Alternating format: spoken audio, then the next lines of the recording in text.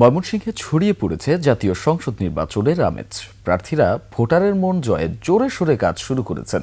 তবে যোগ্য প্রার্থীকেই বেছে নিতে চান ভোটাররা। এদিকে নির্বাচন সুষ্ঠু ও গ্রহণযোগ্য হবে বলে আশ্বাস দিয়েছে জেলা প্রশাসন। ময়মনসিংহ বিভাগীয় প্রতিনিধি আতাউর রহমান জুয়েলের তথ্য ও ছবিতে থাকছে ডেস্ক রিপোর্ট। বিশ্বের সর্বাধুনিক প্রযুক্তিতে প্রস্তুতকৃত Arik silver wash detergent powder 500 গ্রাম মাত্র 70 টাকা। রিমার্ক।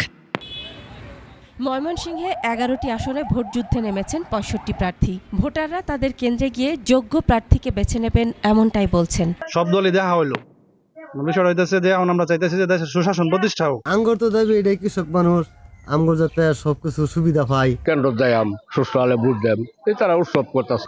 সরকারে ভালো কাজ করে মানুষে আগামীতে তারাই আবার নতুন করে তারাই আবার নির্বাচনের বিধি মেনে ভোটারের মন জয়ে কাজ করছেন প্রার্থীরা। তবে অনেক প্রার্থী বলছেন এখনো লেভেল প্লেইং ফিল্ড তৈরি হয়নি। যে সমস্ত কমিটমেন্ট থাকবে তা বাস্তবায়নের জন্য আমরা সচেষ্ট থাকব।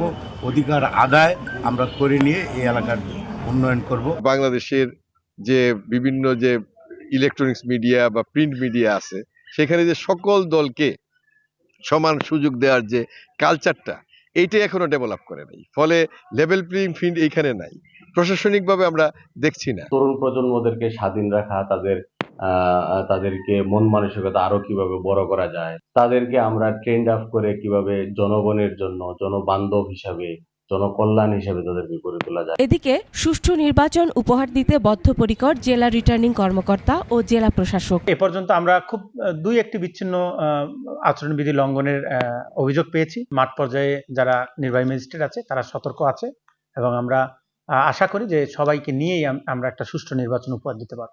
ভোটার ও প্রার্থীদের সংশয় কাটাতে নির্বাচন কমিশন ইতিবাচক পদক্ষেপ নেবে এমনটাই প্রত্যাশা সবার। মাসুম আল ইসা, ডেস্ক রিপোর্ট, 21 টেলিভিশন।